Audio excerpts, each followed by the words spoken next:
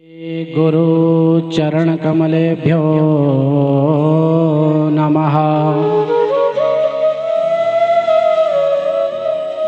मात्रे पितृ चरण कमलेभ्यो नमः।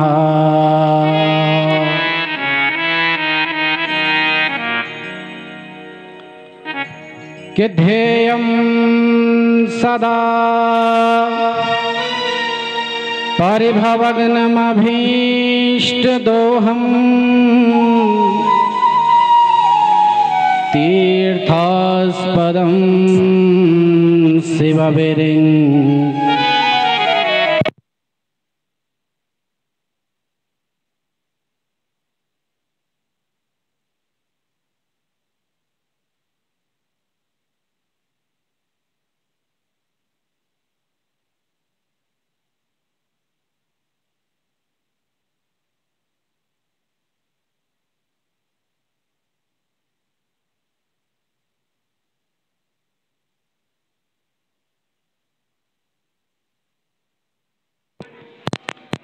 कृष्णाय वासुदेवाय हरये परमात्मने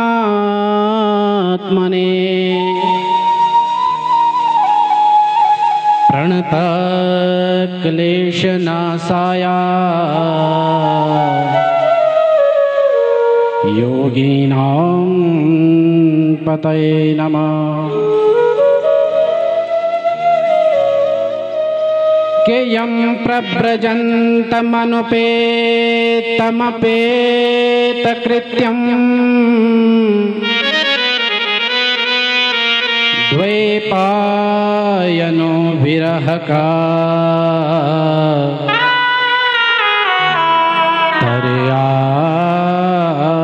जुहावा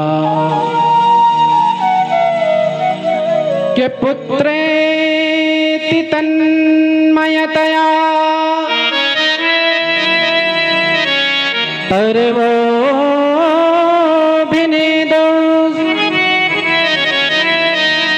तं सर्वभूतहृदयं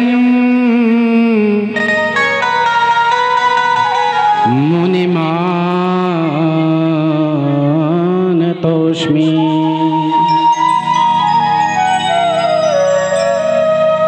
नारायणं नमस्कृत्य नरं चैव नरोत्तमं देवीं सरस्वतीं व्यासं ततो जयमुदीरये।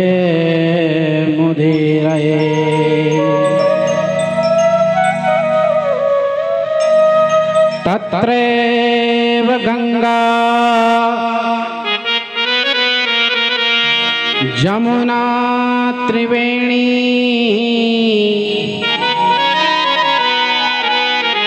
गोदावरी सिन्धु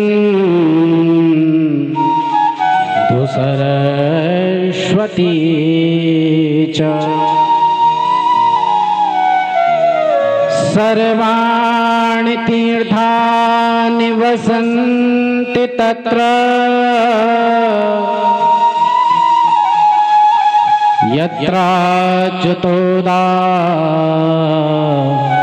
यत्राच्युतोदारकथा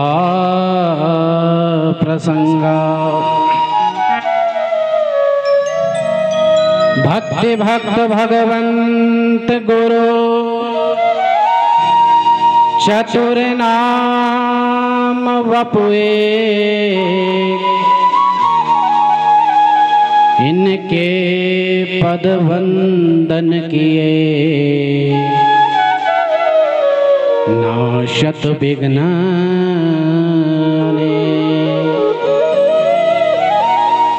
जय जय श्री राधा रमण जय जय नवल किशोर जय गोपी चित चोर प्रभु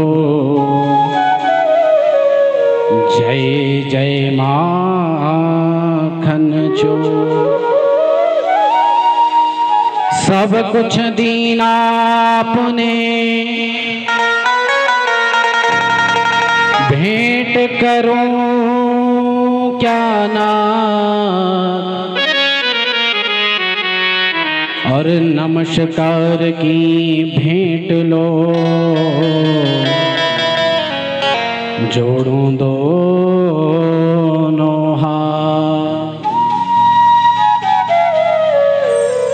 बोले श्री वृंदावन बिहारी लाल की जय, गंगा मैया की जय, जमुना मैया की जय, गुरु चौरंगनाथ भगवान की जय, गुणेश्वर नाग देवता की जय, मच्छेंद्रपाल नाथ भगवान की जय, खंडद्वारी देवी की जय, ज्वालामुखी मैया की जय, राजराजेश्वरी मैया की जय, बांके बिहारी लाल की जय, शंकर भगवान की जय। जय जय श्री राधे, जय जय श्री राधे, जय जय श्री राधे।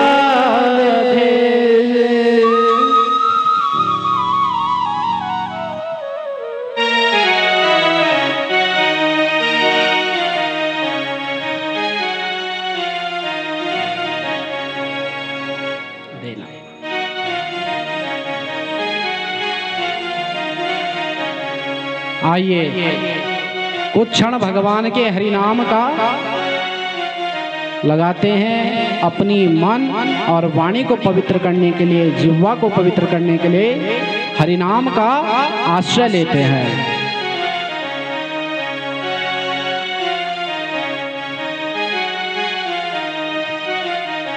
देना हो तो दीजिए जन्म जन्म का साथ, देना हो तो दीजिए जन्म जन्म का साथ, देना हो तो दीजिए जन्म जन्म का साथ, देना हो तो दीजिए जन्म जन्म का साथ, देना हो तो दीजिए जन्म जन्म का साथ।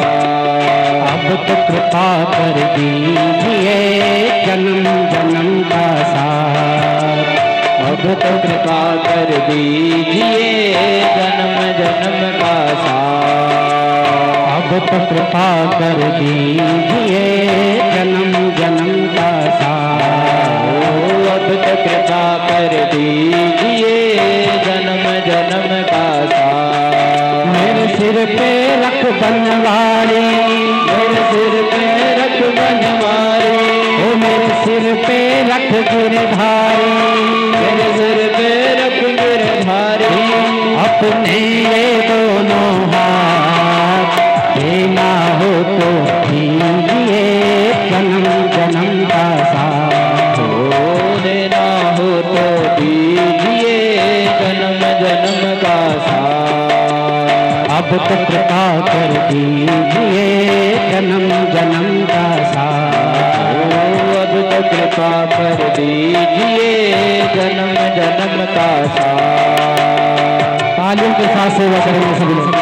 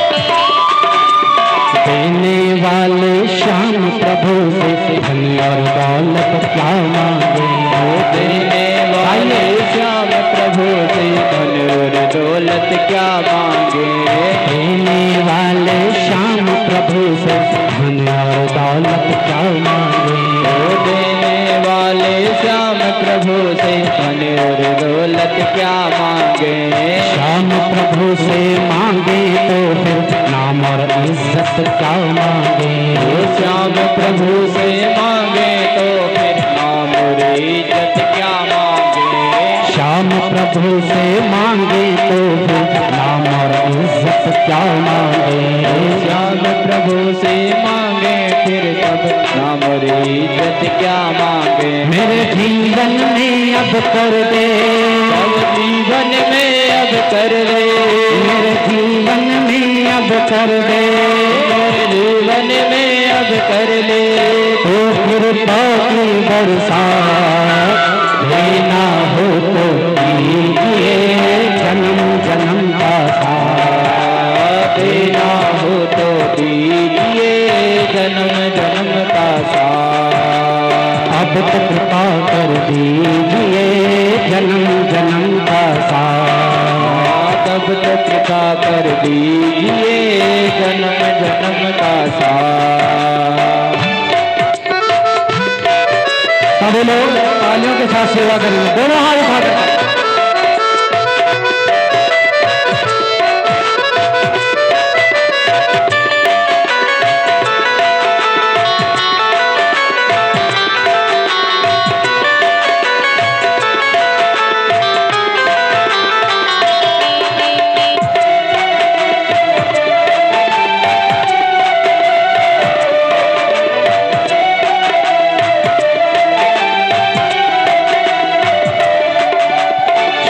तेरे चरणों की धूल धन दौलत से महंगी है। श्याम तेरे चरणों की धूल धन दौलत से महंगी है। श्याम तेरे चरणों की धूल धन दौलत से महंगी है। श्याम तेरे चरणों की धूल धन दौलत से महंगी है। एक नजर कृपा की बाबा नाम इज्जत से महंगी है। एक नजर कृपा की बाबा नाम इज्जत से महंगी है। एक नजर कृपा की बाबा नाम इज्जत से महंगी है। एक नजर कृपा की बाबा नाम इज्जत से महंगी है। मेरे दिल की तमन्ना यही है, मेरे दिल की तमन्ना यही है। मेरे दिल की तमन्ना यही है, मेरे दिल की तमन्ना यही है। करूं सेवा तेरी दिन रात, देना हो तो दीजिए, जन्म जन्म का साथ। देना हो तो दीजिए, जन्म जन्म का साथ। अब तो कृपा कर दीजिए, जन्म जन्म का साथ। अब तो कृपा कर दीजिए, जन्म जन्म का साथ।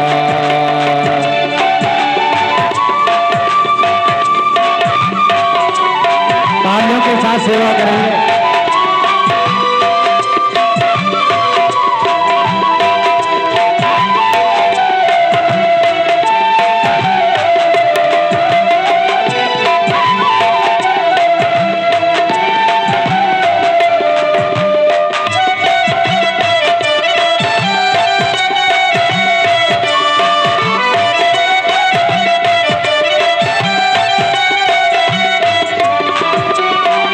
रहे हैं गम के धूप में, प्यार की छैया कर दो तो। झुलस रहे हैं गम के धूप में, प्यार की छैया कर दे तो। झुलस रहे हैं गम के धूप में, प्यार की छैया कर दो तो। झुलस रहे हैं गम के धूप में, प्यार की छैया कर दे तो। इन माझी के नाव चले ना, अब पतवार पकड़ लो तो। बिन माझी के नाव चले ना, अब पतवार पकड़ ले तो। बिन माझी के नाव चले ना, अब पतवार पकड़ लो तो। बिन माझी के नाव चले ना, अब पतवार पकड़ ले तो। मेरा रास्ता रोशन कर दे, मेरा रास्ता रोशन कर दे। मेरा रास्ता रोशन कर दे, मेरा रास्ता रोशन कर दे।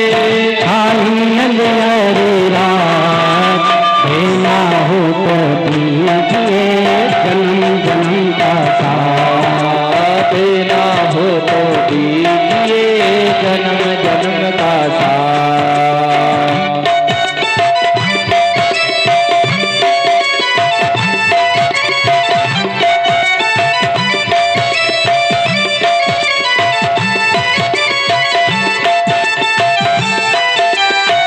भाव के साथ में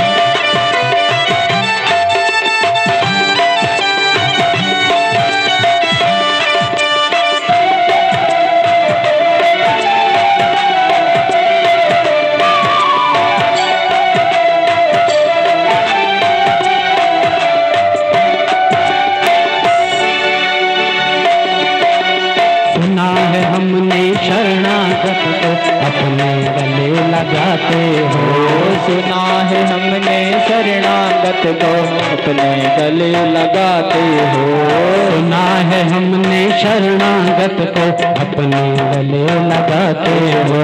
सुना है हमने शरणागत को अपने गले लगाते हो। ऐसा हमने क्या मांगा जो देने से घबराते हो। ऐसा हमने क्या मांगा जो देने से घबराते हो। ऐसा हमने क्या मांगा जो देने से घबराते हो। ऐसा हमने क्या मांगा जो देने से घबराते हो। चाहे जैसे रख बनवारी, चाहे जैसे रख गिरधारी, चाहे जैसे रख बनवारी, चाहे जैसे रख बनवारी, बस होती रहे मुलाकात, ना हो तो दीजिए जन्म जन्म का साथ। देना हो तो दीजिए जन्म जन्म का साथ। अब तो कृपा कर दीजिए जन्म जन्म का साथ। अब तो कृपा कर दीजिए जन्म जन्म का साथ। अब तो कृपा कर दीजिए जन्म जन्म का साथ। अब तो कृपा कर दीजिए जन्म जन्म का साथ। देना हो तो दीजिए जन्म जन्म का साथ।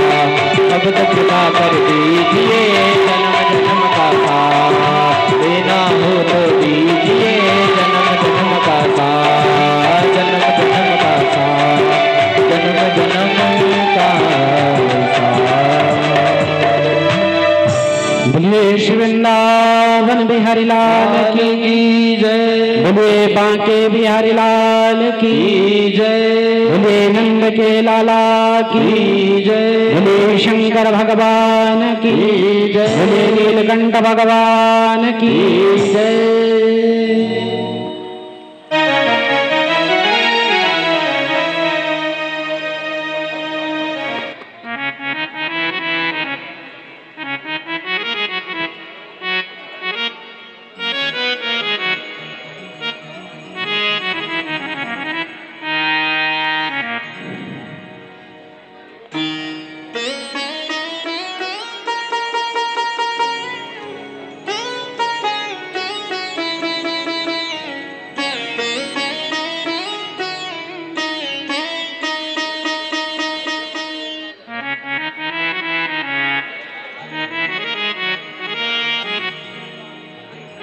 एक छोटा सा भजन कर लो, छोटा सा भजन।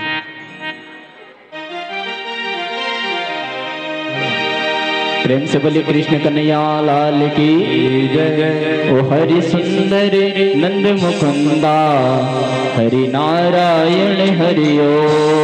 हरि सुंदर नंद मुकुंदा हरि नारायण हरिओ। हरि सुंदर नंद मुकुंदा हरि नारायण हरिओ। हरि सुंदर नंद मुकुंदा हरि नारायण हरिओ। हरि केशव हरि गोविंदा हरि केशव हरि गोविंदा हरि केशव हरि गोविंदा हरि केशव हरि गोविंदा हरि नारायण हरि हरि सुंदर नंद मुकुंदा हरि नारायण हरि हरि सुंदर नंद मुकुंदा हरि नारायण हरि।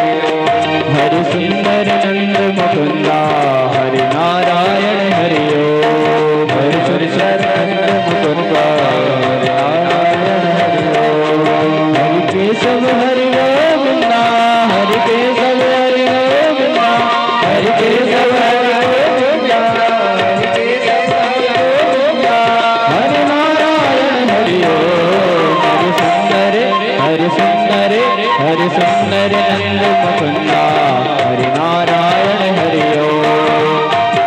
नंद मुकुंदा हरि नारायण हरि ओम। हरि सुंदर नंद मुकुंदा हरि नारायण हरि ओम। हरि सुंदर नंद मुकुंदा हरि नारायण हरि ओम। हरि केशव हरि गोविंदा हरि केशव हरि गोविंदा हरि केशव हरि गोविंदा हरि केशव हरि गोविंदा हरि नारायण हरि ओम। हरि सुंदर हरि सुंदर नंद मुकुंदा हरि नारायण हरि ओम। हरि सुंदर नंद मुकुंदा हरि नारायण हरि ओम। हरि नारायण हरि ओम। हरि नारायण हरि ओम। हरि नारायण हरि ओम। बोलिए श्री वृंदावन बिहारी लाल की जय। बोलिए सदगुरुदेव भगवान की। बोलिए गुरु चौरंगीनाथ भगवान की जय। परम मंगल में परात्पर भगवान की असीम अनुकंपा, देवभूमि के भूपति भगवान बद्रीनारायण व उनकी चरण में बहती हुई गंगा यमुना की धवल धारा, कथा मध्य स्थित हमारे पंचनाम देवता भगवान गुरु चौरंगीनाथ भगवान, माँ इष्ट देवी खंडवारी देवी, नंदा माँ राज राजेश्वरी वह भगवान हनुमेश्वर नाम देवता, समस्त कथा में आए हुए विप्र मंडली, विद्वन जन समान,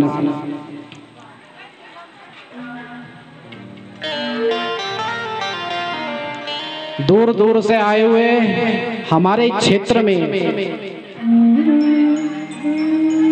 जितने भी विप्र मंडल हैं, उन सबके चरणों में बारंबार प्रणाम।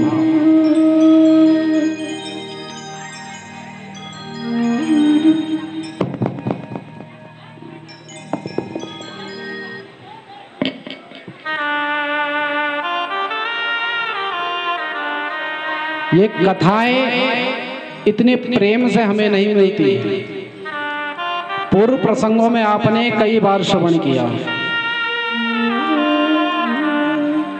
हम कितना भी प्रयास करें पर हमें ये कथा श्रवण करने को मिलती नहीं है।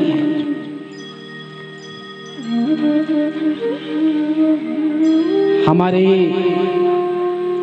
मध्य में बैठे हुए श्री शिव महापुराण के मूर्धन्य विद्वान गैरोला जी, उनके लिए बहुत बहुत धन्यवाद है कि उन्होंने आप सबके लिए, इस गांव के लिए समय निकाला।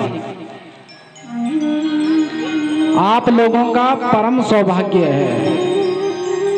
ब्राह्मणों की सेवा करना अत्यंत सुखदायक होता है।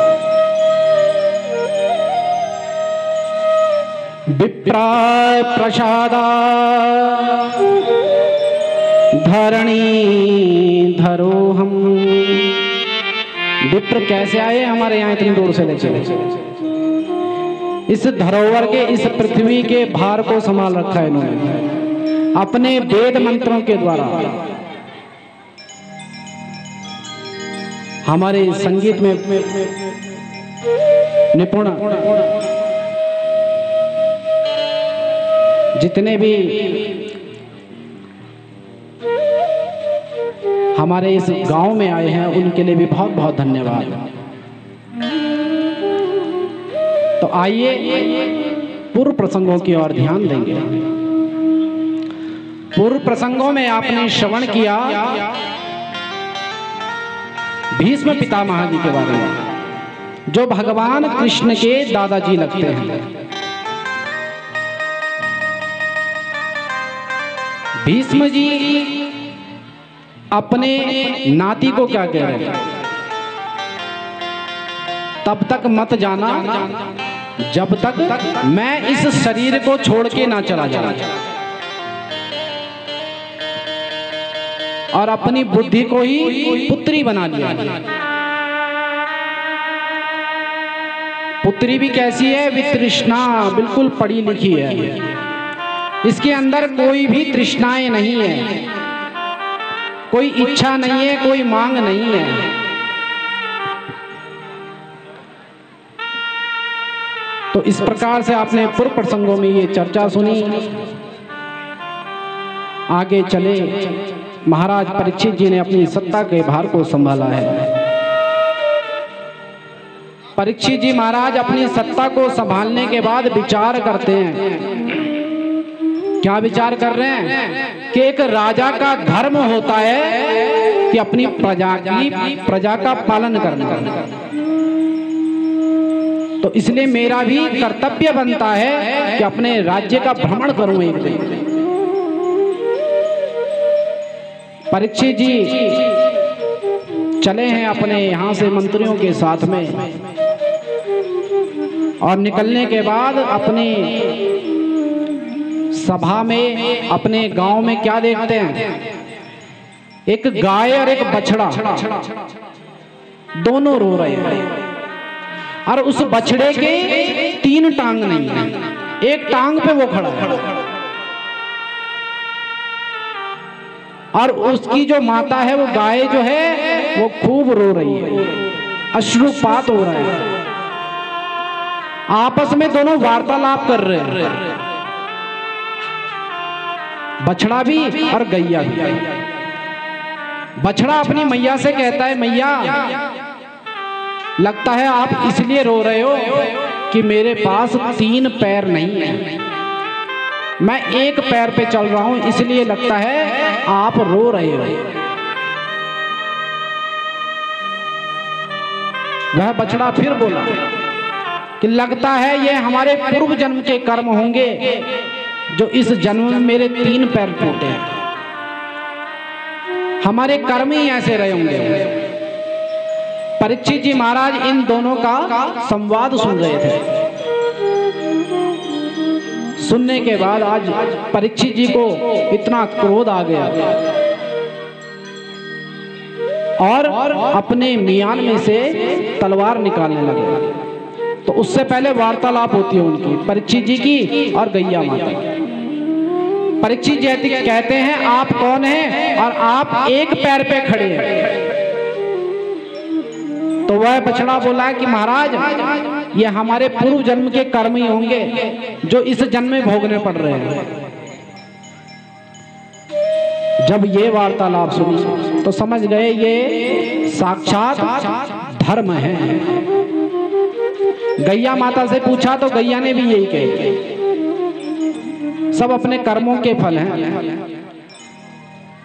तो परीक्षित जी क्या कहते हैं कि आप साक्षात धरा हैं, ये पृथ्वी माता है जो कितना भार हमारा सहन करती है और उसके बाद हमारे इस भार को लेके बैठी। आप धर्म हैं और आप पृथ्वी हैं, इसलिए हमें अपने जीवन में धर्म करते रहना चाहिए। अच्छा, धर्म नहीं करेंगे तो क्या होगा? धा माँ और माँ के ऊपर रा लगती है जिस पे वो लटका रहता है, अगर वो रा हट जाए तो क्या होता है? धम। तो हम भी अगर धर्म नहीं करेंगे तो धम धम करके जमीन पे गिर पड़ेंगे। इसलिए हमें कार्य करते रहने चाहिए धर्म के। किस प्रकार से? कि तन पवित्र सेवा किए, धन पवित्र कर दान, और मन पवित्र हरि भजन सो होत त्रिविध कल्याण।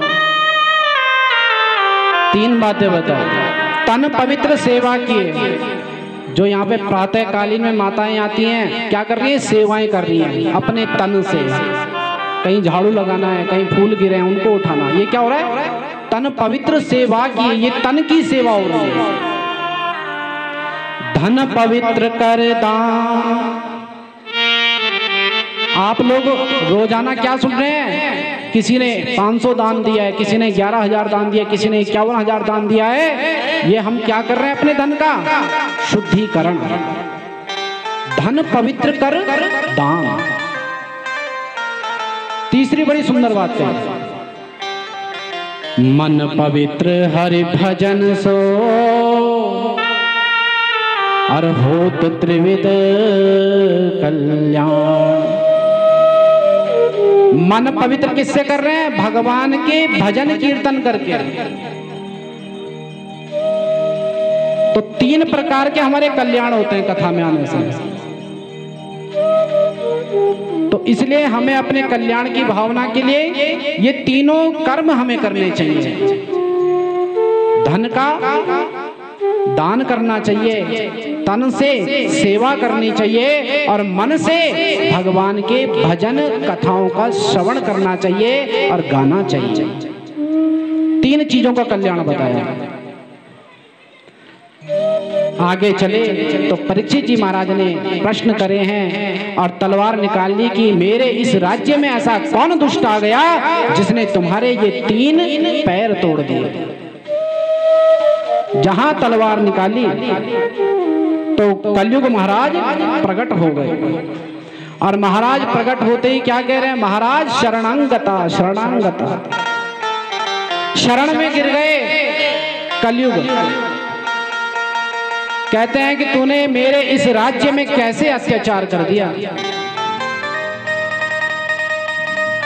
कलयुग कहता है कि महाराज मैं जहां भी जाता हूं सर्वत्र आपका राज्य दिखता है। आप जहां दिखते हो मुझे तलवार खड़े लेके दिखते हो। मैं कहां जाऊं इस धराधाम पे, सर्वत्र आपकी सत्ता है।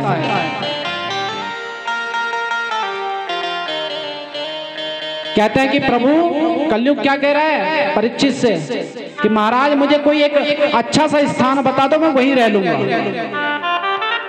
क्योंकि मेरे पास कोई साधन नहीं है महाराज। अच्छा भाई, तुझे अच्छे घर भी मिल जाएगा, अच्छा स्थान भी मिल जाएगा, पर तू ये बता तेरे पास है क्या चीज? इस कलयुग में आने के बाद तेरे पास सुंदर चीज कौन सी है ऐसी? कलयुग कहता है कि यत् फलम नास्ति तपसा न योगेन समाधिना तत्फलम लभते सम्यक और कलो केशव कीर्तना।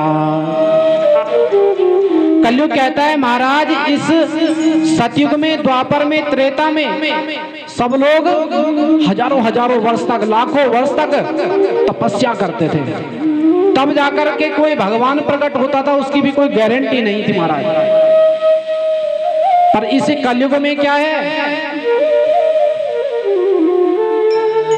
क्या कह रहे हैं कि नाम संकीर्तन मात्र से वह फल उस व्यक्ति को प्राप्त हो जाता है। जब इस प्रकार से बताया, क्योंकि हर चीज में दोष है,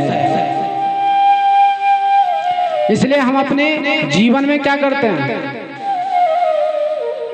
किसी चीज का भोग लगाना हो तो क्या करेंगे? भगवान को भोग लगाएंगे फिर पाएंगे। कोई अलंकार पहनना हो तो भगवान को पहले पहनाना चाहिए, उसके बाद स्वयं ग्रहण करना चाहिए। उसको ग्रहण करने से क्या होता है कि तुम ही निवेदित भोजन करहि, तुम ही निवेदित भोजन करहि, तुम ही निवेदित भोजन करहि, प्रभो प्रसाद पट भूषण धरहि, प्रभो प्रसाद पट भूषण धरहि, तुम ही निवेदित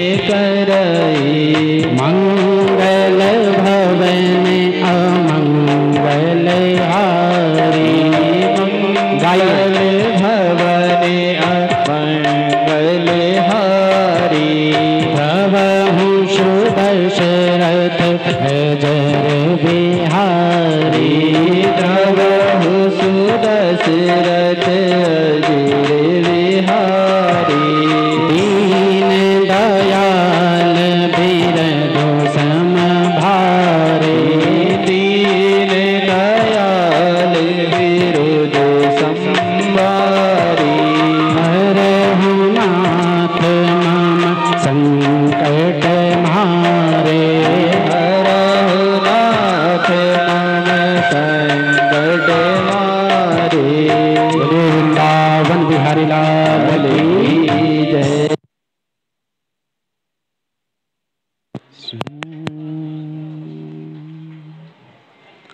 तो हम क्या करते हैं, भोग लगाते हैं भगवान का। तो किस प्रकार से भोग लगा करके भगवान को खिलाते हैं। तुम ही निवेदित भोजन कर रही, हे प्रभु ये भोजन मैं आपको खिला रही हूँ या खिला रहा हूँ और ये प्रसाद बन के मुझे मिले। अच्छा, प्रसाद कैसा होना चाहिए? कितने शब्द हैं? 3 शब्द, प्रा, शा और दा, 3 शब्द। प्रा मने प्रभु, सा मने साक्षात और दा मने दर्शन। जिसको खाने के बाद प्रभु के साक्षात दर्शन हो जाए उसको प्रसाद कहा जाता है। और वह प्रसाद को खाने के बाद मल ना बने उसको प्रसाद कहा जाता है। और हम प्रसाद कितना खाते हैं? इतना खाते हैं कि उसका मल ही बनता है, शरीर पे तो कहीं लगता ही नहीं है वो। आज परीक्षित जी महाराज चले हैं और चलने के बाद वन में जाते हैं। वन में जाकर के दिग्भ्रमित हो गए, रास्ता भटक गए और कहां पहुंच गए? समीक महाराज जी की कुटिया पे। दरवाजे पे जाकर के कहते हैं, पुकारा है ऋषियों को।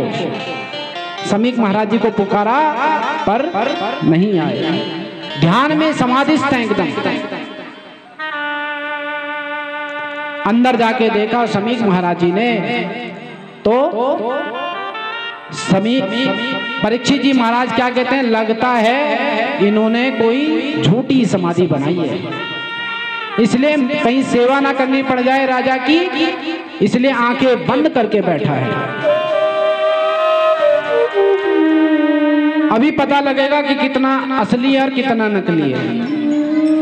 मरा हुआ सर्प पड़ा था, धनुष की नोक से उठाया और समीक महाराज जी के गले में बांध लटका दिया, उनके गले में। निकल गए वहां से। परीक्षित जी महाराज अपने राज्य में आते हैं और दूसरी ओर इनके जो पुत्र हैं सिंगी, ये पहुंचे हैं उनके पास। अपने पिता के पास आके देखा तो उनके गले में सर्प लिपटा हुआ है। रोने लगे और दौड़ करके गए हैं कौशिक के नदी में। जल हाथ में ले लिया और शाप दे डाला कि इति लंघित मर्यादम तक्षका सप्तमी हनी दक्ष्यति स्म कुलंगारम तदपुमेन तदद्रुहम। एक कुलंगार, तुम्हारे पूर्वजों ने हमेशा ऋषियों की, संतों की, विप्रों की सेवा करी है और तुमने इतना बड़ा अपमान मेरे पिता का कर दिया, इसलिए आज मैं भी जा तुझे शाप देता हूँ कि तेरी आज से सप्तम दिवस 7वें दिन तेरी मृत्यु हो जाएगी। ये शाप दिया और अपने पिता समीक जी महाराज जी के पास आए हैं, रो रहे हैं मुक्त कंठ होकर के। समाधि खुली समीक महाराज जी की तो क्या देख रहे हैं कि बेटा पुत्र रो रहा है। गले में सर्प पड़ा था, निकाल के फेंका है और पूछने लगे कि बेटा क्यों रो रहे हो? तो उन्होंने पूरा वृतांत बता दिया और बताने के बाद आज समीक महाराज जी को लगा कि हमने ये बहुत बड़ा नीच कर्म कर दिया। किस प्रकार से कि अहो मया नीच मया नवर्तकृतम निरागसी ब्राह्मण गूढ़ तेजसा। बारंबार पश्चाताप करते हैं और कहते हैं कि आज तक, परीक्षित जी कहते हैं, आज तक मैंने अपने जीवन में हम राजाओं ने कभी किसी विप्र का, किसी संत का अपमान नहीं किया। इतना बड़ा अपमान मुझसे कैसे हो गया।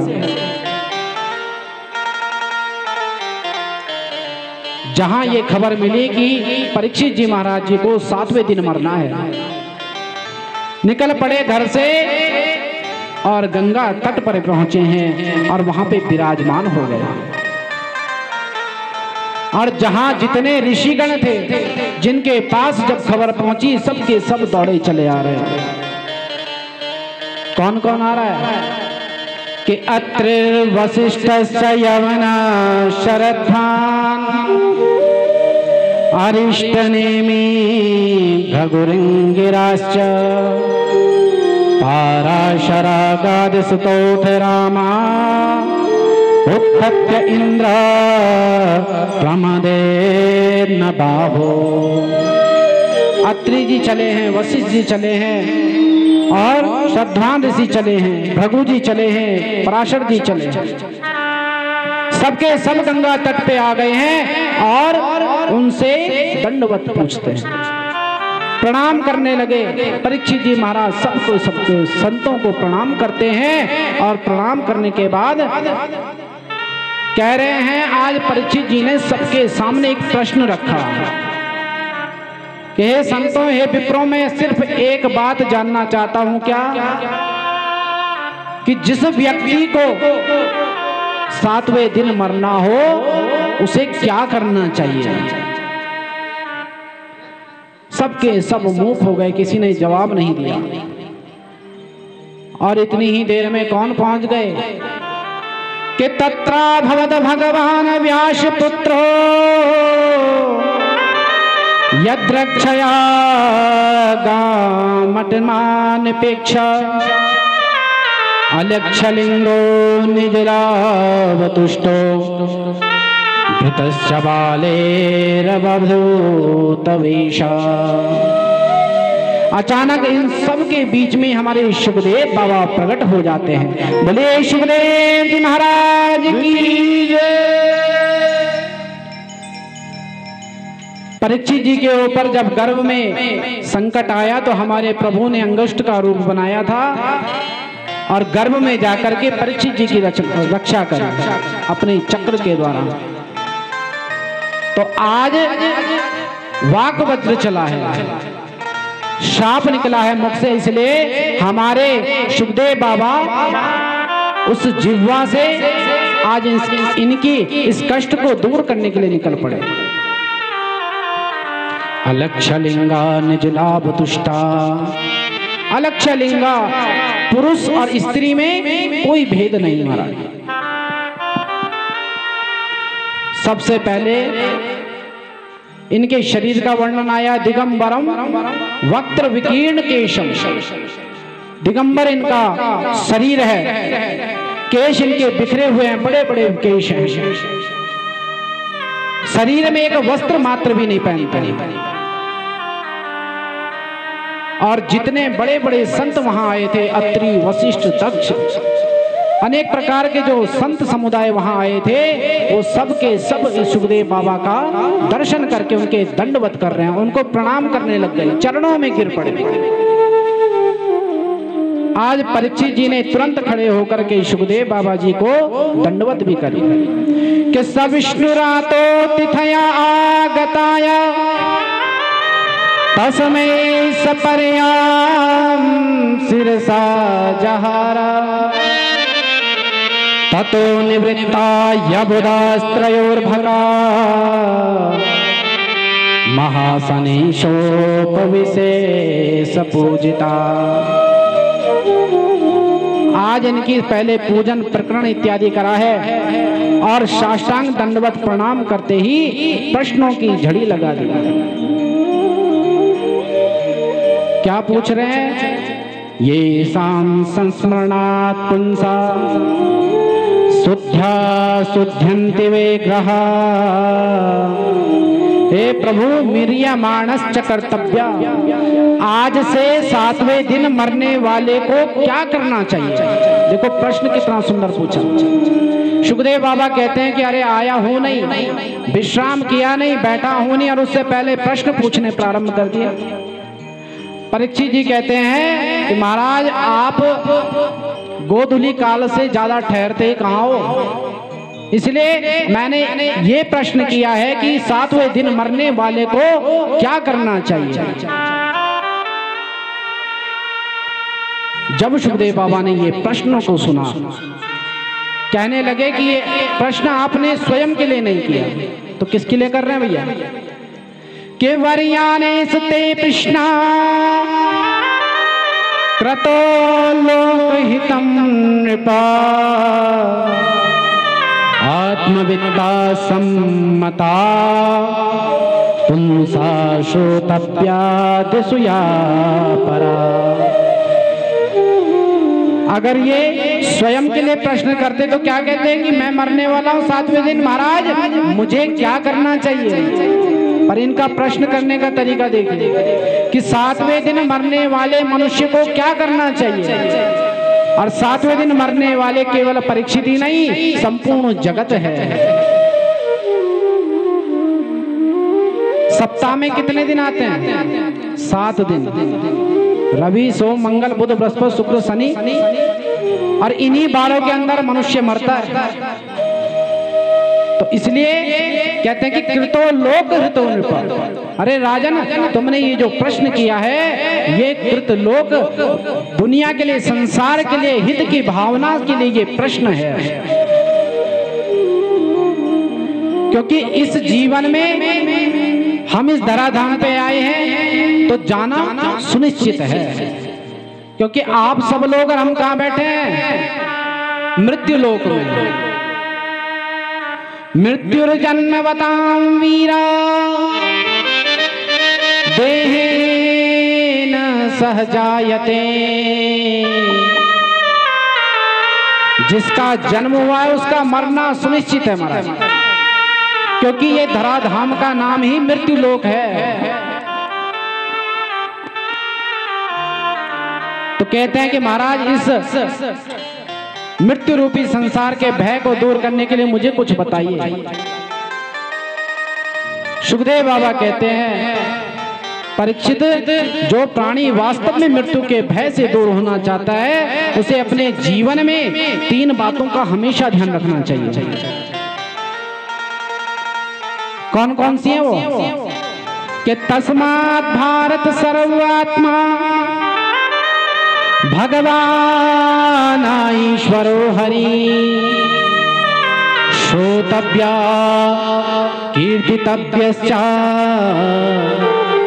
स्मर्तव्या चेच्छता भयम्। अरे परीक्षित, अगर इस मृत्यु के भय से दूर होना चाहते हो तो सबसे पहले कथाओं का श्रवण करो। श्रोतव्या, सबसे पहले क्या आया? कथा का श्रवण करो। दूसरे नंबर पे क्या आया? कीर्तितव्यश्च, उस कीर्ति का बखान करो जो आपने श्रवण किया है, उस कथा को सुनाओ। और स्मर्तव्या चेच्छता भयम्। पहले कथाओं का श्रवण करने के बाद किसी और को सुनाओ, और जब कोई ना मिले तो उन कथाओं का एकांत में बैठ करके स्मरण करो। तो इस प्रकार से तीनों के बारे में बताया।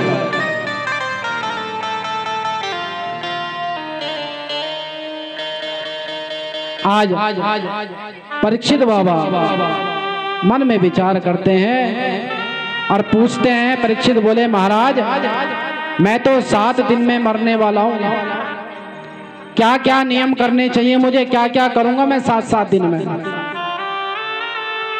तो यहाँ पे हमारे सुखदेव बाबा क्या कहते हैं? सुखदेव बाबा कहते हैं, देख ग्रहित चेता महाराजर से। अरे मैं भगवान की सत्ता को छोड़ करके, इस धराधाम को छोड़ के गिरी कंदराओं में गया और भगवान के भजन कर रहा था। वैराग्य था मुझे जन्म से।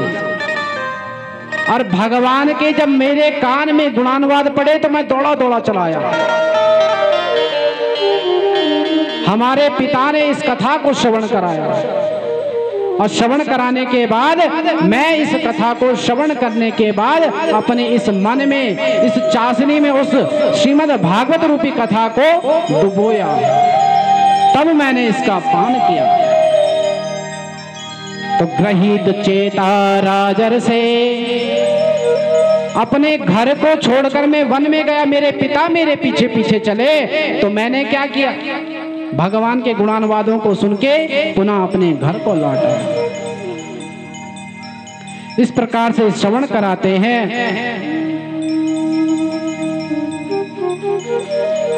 और कहते हैं कि परीक्षित डरने वाली कोई बात नहीं है। अरे तेरे पास तो कम से कम 7 दिन तो हैं।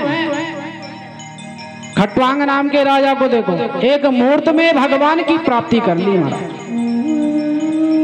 और फिर कहते हैं कि परीक्षित तुम सबसे पहले नियम लो। नियम कैसा लेना है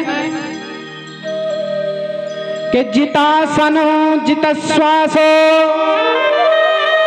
जित संगो जितेंद्रिया स्थूले भगवतो रूपे मना संधारये धिया। परीक्षित सबसे पहले नियम लो, जितासनो, अपने इस आसन को जीतो। जो सबसे सुखद आसन लगता हो उसके ऊपर बैठना चाहिए। दूसरे नंबर पे क्या नियम बताया, जित श्वासो, अपने श्वास पे प्राणायाम करके, पूरा कुंभक रेचक इत्यादि प्राणायाम करके अपने श्वासों पे नियंत्रण रखना। तीसरे नंबर में बताया कि जित संगो, जित संग मतलब किसी का ज्यादा संग मत करो। ज्यादा संग करोगे, ज्यादा मित्र बनाओगे तो क्या होगा, भजन में, कीर्तन में, भक्ति में कठिनाई आएंगी। फिर चौथी बात बताई, जितेंद्रिया, महाराज अपनी इंद्रियों पे संयम। हमारे इस शरीर में कितने घोड़े लगे हैं, 10 घोड़े लगे हैं। और इसके ऊपर एक सारथी बैठा है। वो सारथी कौन सा है, मन। इन घोड़ों को संचालित करने वाला मन, और मन से बुद्धि। अच्छा महाराज, हमारे शरीर में विकार जाने का तरीका क्या है? ये 10 घोड़ों से हमारे अंदर विकार पैदा होता है। हमारे नेत्र हैं, किसी गलत व्यसन को देखते हैं तो हमारे अंदर विकार पैदा होता है। गलत चीज को चखेंगे तो हमारे अंदर विकार पैदा होता है। और अंत में बताते हैं, स्थूले भगवतो रूपे मना संधार ये धिया।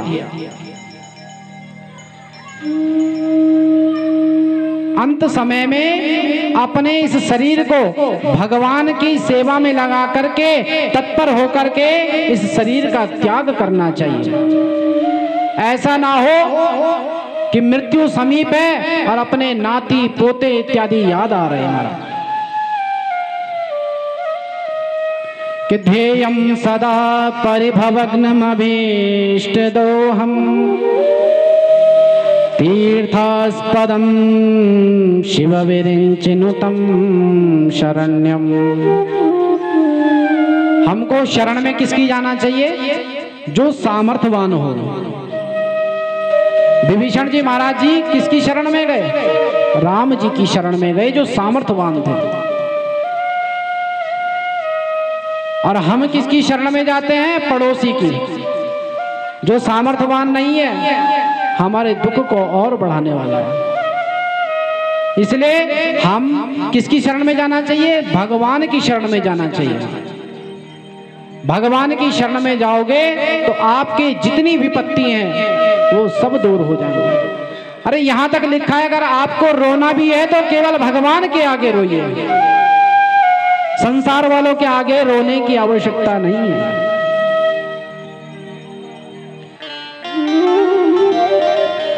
इस प्रकार से बताया है। आगे चले 14 लोगों का वर्णन आया।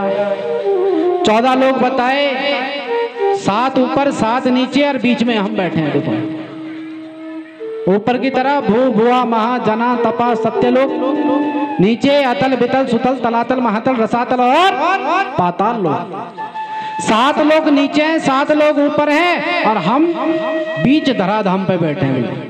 भगवान के कमर प्रदेश है ये, कटिप प्रदेश इसको कहा जाता है। और दूसरी भाषा में भगवान ने इस भारत भूमि को हृदयस्थ बताया गया। जो भगवान का हृदय है वो यही भारत भूमि है, जहां पर भगवान के जन्म होते हैं और भगवान के अवतार होते हैं। किसी विदेश में भगवान के अवतार नहीं होते। बोलिए वृंदावन बिहारी लाल की जय। भगवान ने बड़े सुंदर सुंदर चित्र बनाए। हम अपने घर पे, अपने मकान में, अपनी कोठी में, अपने बंगले में अनेक प्रकार के चित्र, कलाकारी इत्यादि बनवाते हैं, पर वो 10-5 साल में फीके पड़ जाते हैं। पर भगवान की रचना देखिए, मोर बनाया, मोर पंख में ऐसा रंग भरा कि कभी नहीं हटेगा, चाहे उसको 1000 साल हो जाए। तो भगवान की इस प्रकार की रचना। भगवान कहते हैं इस संसार में मैंने सबको हर वस्तु दी है। रहना कहाँ है? गिरी कंदराओं में रहो, गुफाओं में रहो। खाएं क्या? फल फूल लगे हैं जंगलों में, उन्हें खाइए। तो धर्म सम्राट करपात्री जी महाराज बताते हैं वे कैसे थे। उनको अगर कोई भोजन भी देता तो अपने हाथ को, कर को पात्र बना करके भोजन करते थे। उनको किसी पात्र की आवश्यकता नहीं थी। तो इसलिए उनका नाम करपात्री जी महाराज पड़ा। जब हम अपनी माता के पेट में थे, 9 महीने रहे महाराज, और 9 महीने रहने के बाद भी वो गर्भस्थ जो नरक होता है वो 28 नरकों से भी बहुत बड़ा नरक है। देखो भगवान ने सब चीज का पेट में ही प्रबंध कर दिया। गर्भ में आयनी नाम की नाड़ी होती है, उसके द्वारा रस को ग्रहण करता है बालक। प्रसूति वायु के द्वारा उस बालक का जन्म होता है। जन्म होने के बाद उसे माया लपेटती है। ये मेरे माता, ये मेरे पिता, ये मेरे दादाजी। तो इस प्रकार से वो रिश्तों में बढ़ता है। खाने का नंबर आया तो पहले भगवान कहते हैं तेरे पास दांत नहीं है, देख तो तुझे करना क्या है? माँ के स्तनों से दुग्ध पान कर दो। तो देखो जो ये कहते हैं कि क्षीर सागर नहीं है, दूध का सागर नहीं है, तो माँ के स्तनों में वो दूध कहां से आया?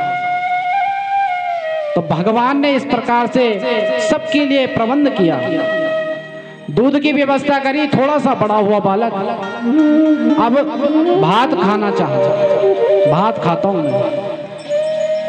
तो भात खाने की इच्छा हुई तो भगवान ने कहा कि भाई थोड़ा छोटे छोटे से कोमल कोमल से दांत तुझे दे दिए। खूब खाए हमने उससे, भात भी खाया, दाल भी खाई, सब कुछ खाया। थोड़ा सा और बड़ा हुआ बालक तो पेट में जठर अग्नि पैदा ना होने लगी, और उस अग्नि के पैदा होने के बाद मन में विचार आया कि अब चने चबाता हूं महाराज। तो भगवान ने कहा ये दूध वाले दांत का क्या करेगा, छोड़ इसको। जहां दूध के दांत भगवान ने वापस लिए, नए बड़े मजबूत दांत दिए बालक को, और उन मजबूत दांतों से अब चने चबाने लगा। युवावस्था आने के बाद अब चला वो वृद्ध अवस्था की ओर। वृद्ध अवस्था में जाने के बाद उसके पेट में पड़ने लगी मंदाग्नि। वो जो जठर अग्नि थी ना, वो मंदाग्नि में बदल गई, अब शांत होने लगी। भगवान ने कहा अब इस चने के दांत का क्या करेगा, ये भी वापस कर, क्योंकि पचता नहीं है ना बुढ़ापे में।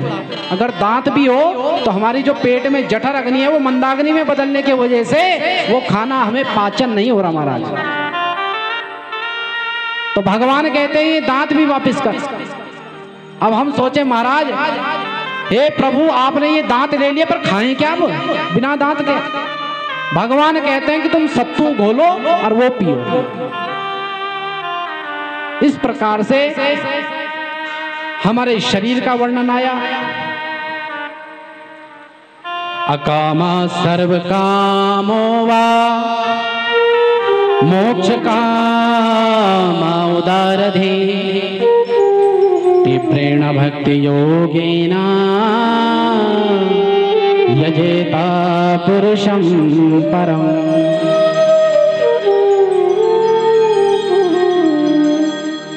हमारे मन में निष्काम भक्ति होनी चाहिए। किस प्रकार की? एक बार एक श्वान, तो आइए 3 उदाहरण से समझते हैं। सविंग होष्ट खरे संतते पुरुषा पशु। सविंग श्वान कुत्ता, जब हम मनुष्यों को देखता है कुत्ता तो क्या सोचता है कि भैया मेरे जैसे मालूम पड़ते हैं,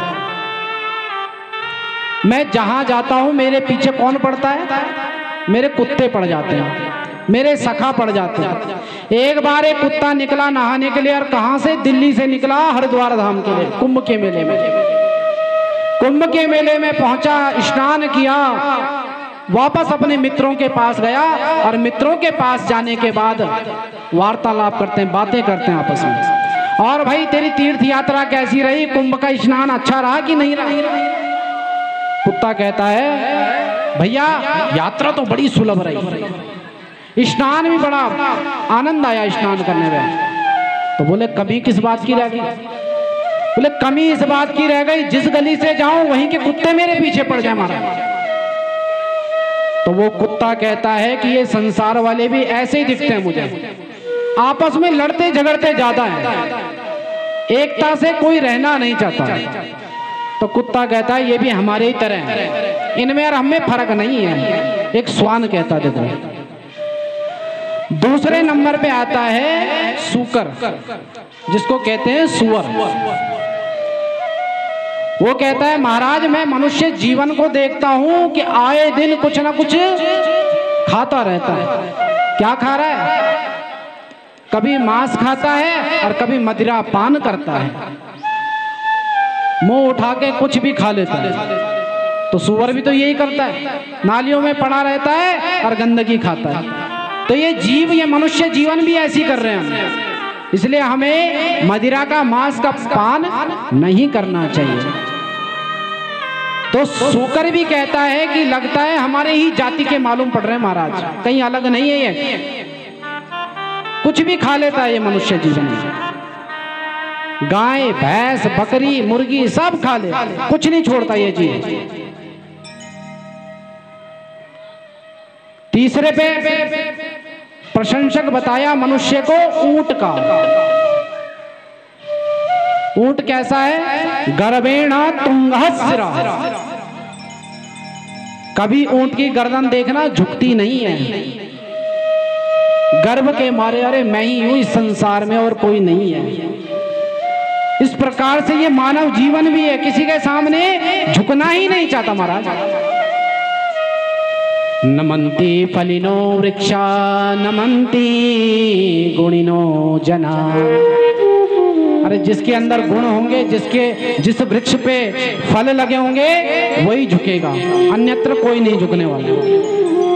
तो ऊंट कहता है मैं भी जब इस संसार वालों को देखता हूं तो यही देखता हूं ये झुकना नहीं चाहता महाराज, ये किसी ब्राह्मण के सामने, संत के सामने दंडवत नहीं करना चाहता है। और चौथा प्रशंसक बड़ा सुंदर बताया, कौन है? गधा। गधा कहता है कि महाराज मैं अपने जीवन में जीवन पर्यंत मालिक की सेवा करता हूं, उसके भार को ढोता हूं, और मालिक के भार को ढोने के बाद क्या होता है, अंत समय में जब इनाम की बारी आती है तो 2 डंडे मार देता है। तो मनुष्य जीवन कैसा है, गधे के समान। कैसा? गधा। हर अपने संपूर्ण जीवन में एक पिता एक माता अपने पुत्र का भरण पोषण करता है, और अंत समय में उसको डंडे मार के बाहर निकाल देते हैं। हमारे बस का नहीं है, इसको तो अनाथालय में भेज दो महाराज। तो इस प्रकार से मनुष्य का जीवन बताया, और मनुष्य को कहा गया है कि आहार निंद्रा भय मैथुनञ्च सामान्यमेत पशुभिर समाना। अरे हम भी तो अपने जीवन में यही कर रहे हैं, आहार निंद्रा भय मैथुनञ्च, और पशुओं के समान सोते हैं और खराटे बजाकर सोने के बाद 10 बजे उठते हैं सुबह।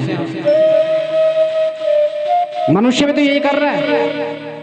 पर मनुष्य के लिए भगवान ने कहा मैं तुझे 84 लाख जन्म के जो ताले हैं, 84 लाख जो ताले हैं, उसको खोलने के लिए एक बड़ी सुंदर चाबी दूंगा। कौन सी है? मनुष्य जीवन की वो चाबी है जो हमें इस धराधाम से मोक्ष की ओर ले जाएगा। फिर हमें इस धराधाम पे बार बार जन्म लेने मरना नहीं पड़ेगा। नहीं तो हम पुण्य करेंगे और जैसे जैसे वो पुण्य छीन होंगे और फिर इसी धराधाम पे धरती पे गिर जाएंगे। कि पुनरपि जन्मं पुनरपि मरणं पुनरपि जन्मं पुनरपि मरणं पुनरपि जठरे पुनरपि शयनं पुनरपि जठरे पुनरपि शयनं पुनरपि जन्मं पुनरपि मरणं पुनरपि जन्मं पुनरपि मरणं पुनरपि जठरे पुनरपि शयनं पुनरपि जठरे पुनरपि शयनं।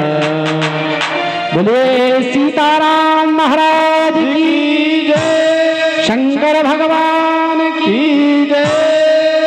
जब हमारे पुण्य छीन होते हैं फिर इसी धराधाम पे गिर जाते हैं। पुनरपि जन्मम पुनरपि मरणम पुनरपि जठरे पुनरपि शयनम, फिर यही किसी ना किसी गर्भ में आ जाते हैं महाराज। वो बात अलग है, कोई मनुष्य माँ के गर्भ में आता है, कोई कुत्ता बन के उसके गर्भ में जाता है, कोई सूकर बन के उसके गर्भ में जाता है, पर आना फिर यही पड़ता है। इसलिए भगवान से कामना करनी है तो किस बात की करनी है? मोक्ष चाहिए। भगवान मुझे मोक्ष, और क्या मांगना है कि हे प्रभु मुझे दुख देना।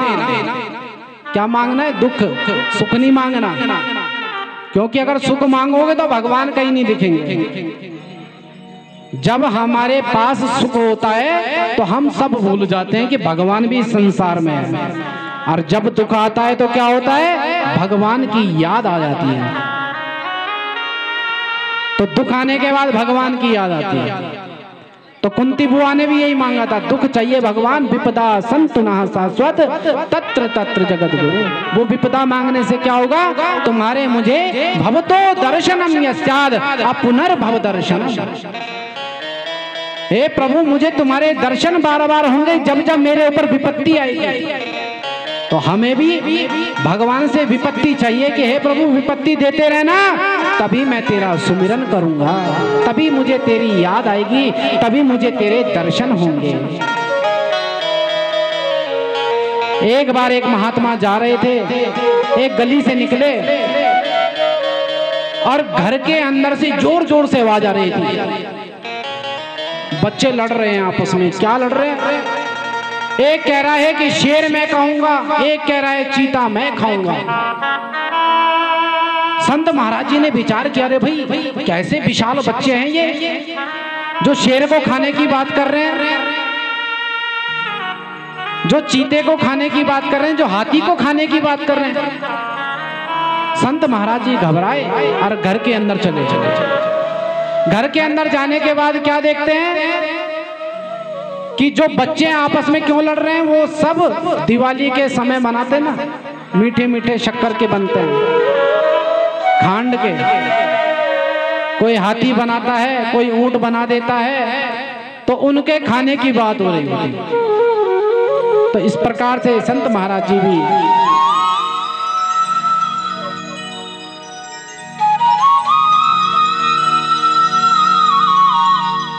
तो उसी प्रकार जो तत्ववेत्ता पुरुष होते हैं भगवान का ध्यान करते हैं। भगवान की सृष्टि में जो भी बना वो भगवान ही बना।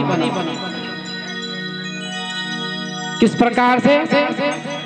अहमेवा समेवाग्रे नान्यद्यद् सत्परम पश्चादहं यदेतच्च यो वशिष्येत सोऽस्म्यहम्। ब्रह्मा जी कहते हैं मैं कहाँ आ गया, अहमेवा समेवाग्रे, मेरे आगे कोई नहीं है। भगवान कहते हैं केवल मैं ही था सृष्टि से पहले। इस सृष्टि के निर्माण के बारे में तो शिव पुराण के अंतर्गत आपने कथा को श्रवण किया है। तो भगवान ने जो बनाया वो भगवान ही बना। मनुष्य बनाए तो भगवान ही, क्योंकि आपके हृदय में और हमारे हृदय में कौन बैठा है? वो आत्मा भगवान ही है। जब कोई चोर घर से निकलता है चोरी करने, तो उसका मन एक बार अवश्य कहता है कि चोरी मत कर। दो मन होते हैं उसके मन में। एक मन कहता है कि नहीं करना, और दूसरा मन क्या कह रहा है कि चोरी करनी है, क्योंकि भरण पोषण कैसे होगा भाई, पेट कैसे पालोगे बच्चे का। तो भगवान ने क्या बनाया? मनुष्य जीवन। इतना सुंदर, इतना प्यारा जीवन मनुष्य बनाया। बोले वृंदावन बिहारी लाल की जय। बोले सद्गुरुदेव भगवान की जय। किस धुन में बैठा बावरे, किस धुन में बैठा बावरे, और किस मद में मस्ताना है। ओ सोने वाले जाग जा, संसार मुसाफिर खाना। ओ सोने वाले जाग जा, संसार मुसाफिर आना है। ओ सोने वाले जाग जा, संसार मुसाफिर खाना है। सोने वाले जाग जा, संसार में जाना है। सोने वाले जाग जा, संसार मुसाफिर का है। सोने वाले जाग जा, संसार मुसाफिर आया है। किस धुन में बैठा बावरे, किस धुन में बैठा बावरे, किस मद में मस्ताना है, मस्ताना है। सोने वाले जाग जा, संसार मुसाफिर आना है। सोने वाले जाग जा, संसार मुसाफिर आया है।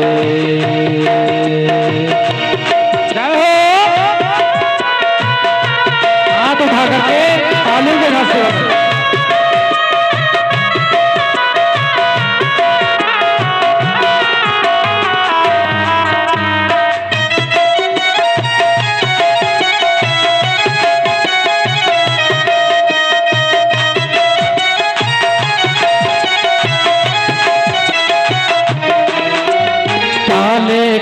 आया था जग में, फिर क्या लेकर जाएगा, फिर क्या लेकर जाएगा, फिर क्या लेकर जाएगा।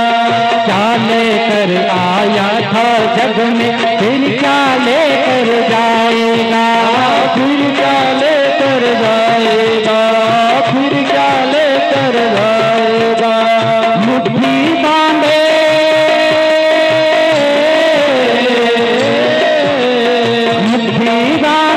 आया जग में,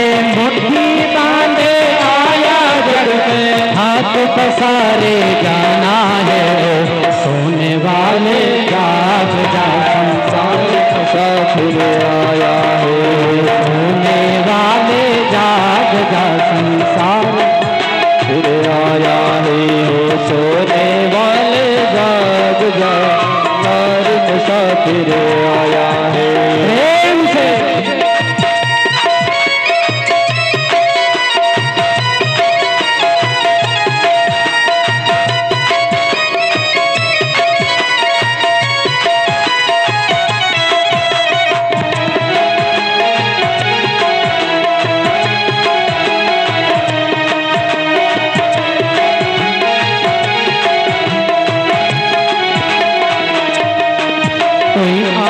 गया कोई कल गया, कोई चंद्र रोग में जाएगा, कोई चंद्र रोग में जाएगा, कोई चंद्र रोग में जाएगा। कोई आज गया कोई कल गया, कोई चंद्र रोग में जाएगा, कोई चंद्र रोग में जाएगा, कोई चंद्र में जाएगा।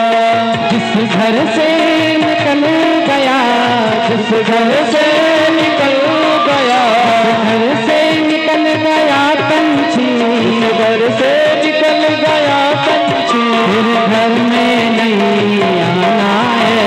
सोने वाले जान मुसाफिर मुसाफिर आया है। सोने वाले जाग जा संसार मुसाफिर आना है। सोने वाले जाग जा संसार मुसाफिर आया है। तालियों के साथ सेवा करेंगे सभी लोग।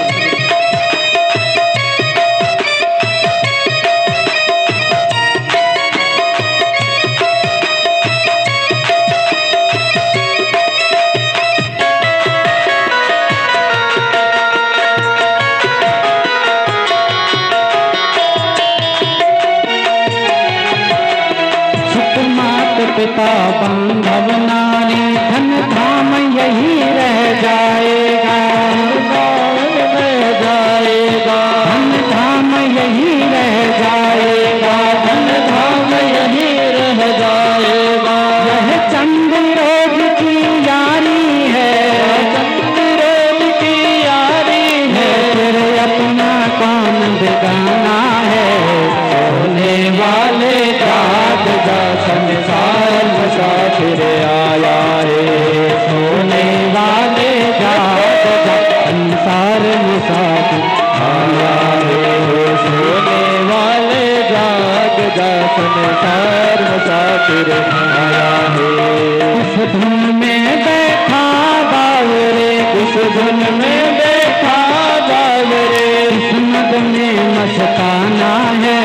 सोने वाले जाग जा संसार मुसाफिर आया है।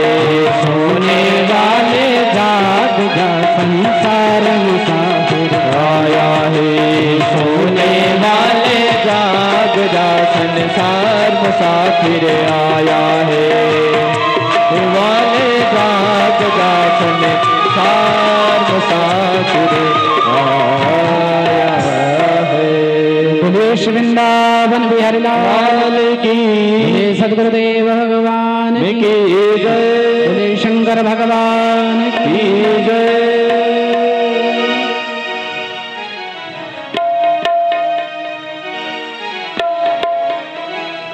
कल को हम कपिल देवहूति जी के बारे में वर्णन सुनेंगे और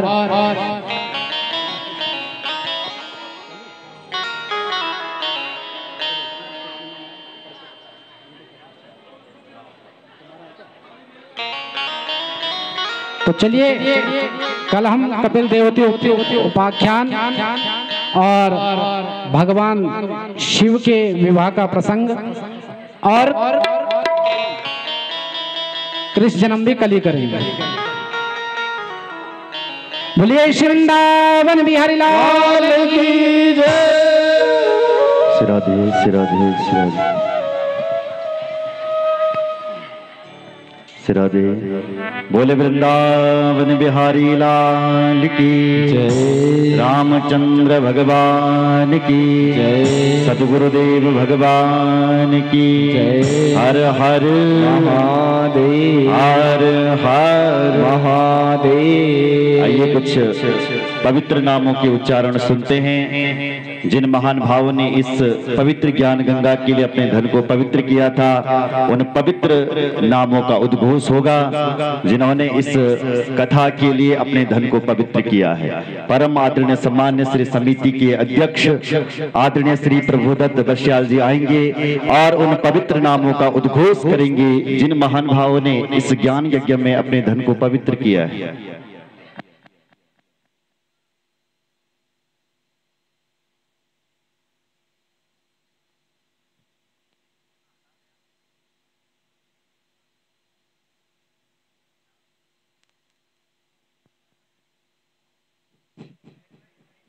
वास्तव शंकर भगवान की, श्री कृष्णचंद्र भगवान की। संक्षेपता व्यासासीन परम आदरणीय दोनों वेदा व्यास जी, मंडपासीन समस्त विद्वत वर्ग, आराध्य देव, बाह्य ग्राम सभाओं से आए हुए हमारे पूजनीय अतिथि वर्ग, इस ग्राम सभा के मेरी माताओं, पूज्य बुजुर्गों, आप समस्त लोगों के चरणों में मैं गुरु चौरंगनाथ कमेटी की ओर से अपना चरण बंदन करता हूं। आप लोग यहाँ पर आए हैं, सत्संग का आनंद ले रहे हैं, तो मैं इससे पूर्व के आपके पवित्र नामों का उद्घोष इस स्थान से करूं, जैसे कि हमारे पूजनीय व्यास द्वारा आपको अवगत कराया गया है। जो आहुति में